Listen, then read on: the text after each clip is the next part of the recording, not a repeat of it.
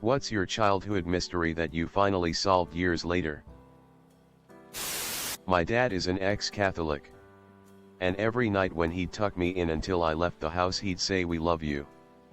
God bless you. Good night." And I was always wondering why. Since he had stopped going to church long ago. Fast forward to me being 28 years old and watching an old Bruce Springsteen concert together, one of his favorite artists. And Bruce says, "We love you. God bless you. Good night." At the end of his set. I turned my head towards my dad and asked if this is why he said that for years to me at night. He laughed and said, "I have no original material." I visited my dad when I was 6 or 7 years old at the place where he worked. Or so I was told. I remember remarking at the time. And people laughed at me. Because I said it looked just like a prison. The people laughing were the guards, and I was indeed visiting my dad at Terminal Island Federal Correctional Institution where he was a federal inmate. I remember having to visit my father in prison. It's weird speak for a young kid. The lie probably did you some favors. Not mine. But my husband's. I hope he doesn't see this BC, then my cover is blown. He said in middle school. There was a time that he'd get pulled out of class to shoot free throws in the gym. Only him. He didn't think this was strange. But didn't understand why he was the only one that got to do that. Turns out, his parents told his teachers he couldn't participate in sex ed. Haha. He must have been really good at sinking free throws. We grew up poor, and at the age of 10 my friends were all having these crazy birthday parties with petting zoos, bounce houses, clowns, etc. So my mother, who is very resourceful, decided I would have a sleepover for my 11th birthday. It was great, and we were gonna make ice cream cones. So we got all the stuff out with my mom. And my mother opened up the box of cones. And they were all smashed up. She said that we weren't having regular ice cream. We were having Magic Castle sundaes because the broken ice cream cones resembles the sections of a castle. We all thought this was great and we had them. When my friends went home, they asked their parents to make Magic Castle sundaes. 2 days ago I found out that my mother was getting the past sell-by foods behind the grocery store. They were not expired. Just past sell-by date. She had no idea that the cones were brown up until she opened them with us. She thought of the Magic Castle idea quickly. And we all loved it. Just goes to show how stupid kids are, lol. Shows you had a good mom. I solved a family mystery for my mom. I wasn't allowed to play console video games during the week all the way until I was 18, but some nights I'd really be craving it, so I would noiselessly creep through my house into my basement where I could play video games in peace.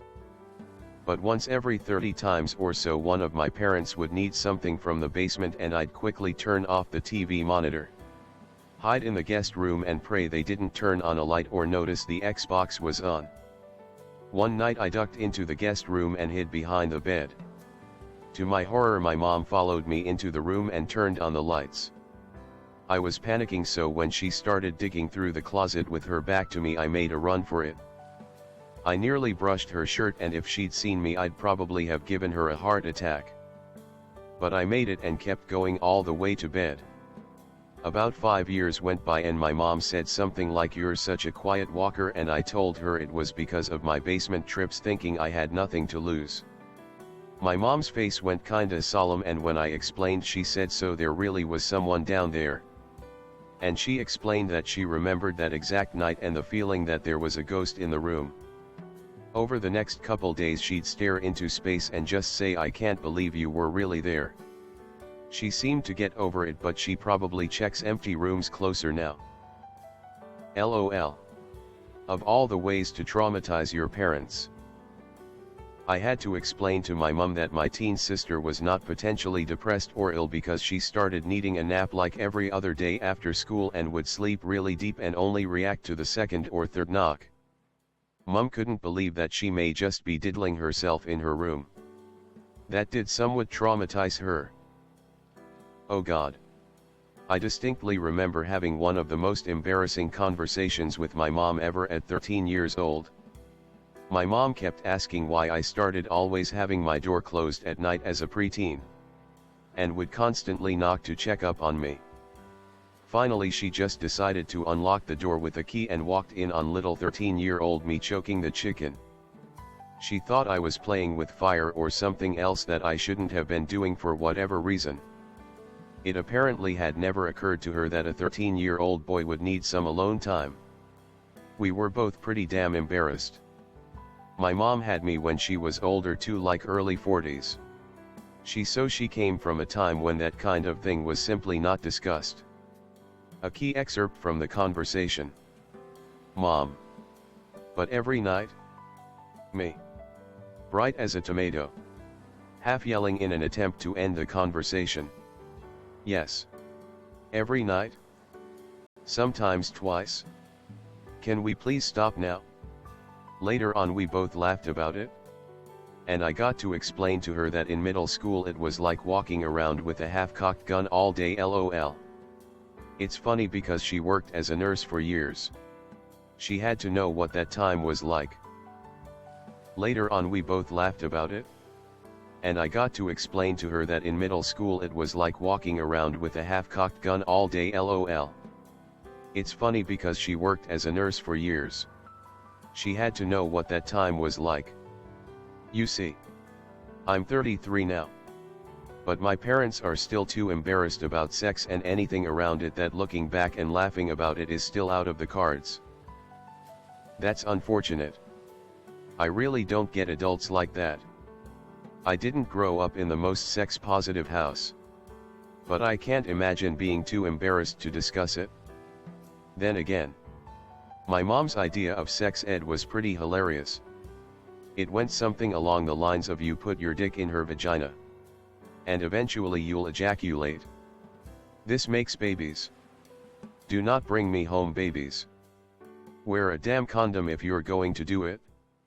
Also, take a shower and put some deodorant on or you'll never reach the point where you'll need a condom in the first place. In hindsight, it was pretty good advice. When I was 4, I vividly remember getting into my mom's car and her telling me that our cat had died. She told me how she rushed him to the vet and he was shedding fur. Something was seriously wrong. Despite her best efforts, he died. I never knew why he died. And why it happened so suddenly. But I accepted that it happened. Fast forward about 15 years. I'm home from college for Christmas. On Christmas Eve, I'm out driving to the store with my dad and uncle. They are talking about the cat my parents got for Christmas one year, the cat mentioned above. My dad says, yeah, that thing was too aggressive. So I took it to a farm and gave it away. Normally, when the family pet dies, the parents lie to the kid and say it went to a farm upstate somewhere to ease the burden. Not my parents. They told me the horrifying truth even though it wasn't, you know, true. This twist made me laugh.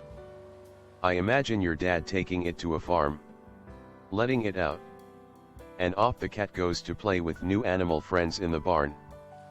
He tells your mom and she decides to just go with it. Died. I lived in a rural area. Please, for the love of God, don't set your pets free in the wild or on a farm. They'll starve to death or get eaten by wild animals. And they'll spend that entire time looking for their owners. We had plenty of animals come to our farm because people would just release them in a wooded area 10 miles away. Most of them were emaciated. A few times the pets just got lost. But many of them went unclaimed. I can't imagine how many simply didn't survive. The thing is, many farmers aren't prepared to take care of your animals. We did. A lot of them will sooner shoot them than feed them. Pets aren't built to survive on their own. They need food, water, and love. Lots of animals will prey on pets: coyotes, bears, wolves, eagles, mountain lions. If you love your pet, or even if you don't, either find a new owner or take them to a shelter. I was watching Star Trek TNG with my dad when someone told Riker to wash his back. When I asked my father why someone would say that to another person, he said so you can smell someone coming up behind you. It wasn't until years later that I understood how easy it was to hear watch, as how committed my dad was to willfully deceiving his children for personal satisfaction. As A.P.S. Here, my brother and I were convinced that he spoke Spanish until we did simply rattled off a string of Taco Bell items as fast as he could. Haha. My parents were the same. They taught me a lot of made-up words, especially for food items. I'm still realizing at almost 30 that there are made-up words I'm still using. Haha. This one kid wanted cake but not lasagna. I was babysitting him. It was for dinner. So I told him he got a special cake. He got to eat noodle cake lasagna. His mom checked in. I told her the little lie. She laughed. She picks him up. He goes, I ate cake for dinner. I like noodle cake. It's been 2 years. No one's told him. I love parents that allow you to be the coolest babysitter. I had a set of parents that told their kid that they had a strict bedtime of 8 p.m. However, they allowed me to let her stay up until 8:30. I had an arrangement with my favorite kids that I babysat most weekends. They could stay up until we saw their parents' headlights. It was a long driveway out in the country. As long as they behaved and pretended they were asleep, they'd hang out with me and stay up late to watch Saturday Night Live. I'm sure the parents probably knew, but couldn't have minded too much, since I was there most Saturdays. They were the cool parents who ate all the cherries in the cherry cake. I was blamed for this for years after someone picked out all of the cherries and ate them during a family Christmas party. 8 years later, my little sister confessed to me that it had been her. Oh, I hate that kind of blame game. I was solely responsible for the dishes in my teens. Thing is, I was really bad about getting them done with any consistency. So I was always catching flack for that. At some point my mom noticed that she was missing some pots and pans, and that the drawer felt light on silverware. After turning the kitchen upside down, she came to the conclusion that I did not want to do dishes but also didn't want trouble for not doing them. So I simply threw them out in the trash. The accusation stuck despite everything I tried saying to defend myself. I caught backhanded comments and scolding about that for literal years. I believe I was 19, this having happened when I was around 14. When visiting a trailer my grandfather put on some rural property he owned. My mother found a bunch of dishware and realized she had left it here and that I never threw any of it away. My stepdad apologized to me immediately. Never got any such thing from mom herself, and I resented her for that for a long time after. I remember there was a time where I had to start asking to go play in the backyard when I was about 6 to 7. Maybe 8. With my siblings so she could supervise us. We never had to do this previously, so my siblings and I were very confused. And anytime we didn't ask, she got us in big trouble. Turns out the neighbors were harboring a known pedophile in their house. And that's why mom got so upset with us going outside without asking. I grew up directly across the street from an elementary school and never worried or knew about it. My friend lived out in the country next to a sex offender, which I learned recently from his mother. And that explains why we couldn't ever go out and explore alone.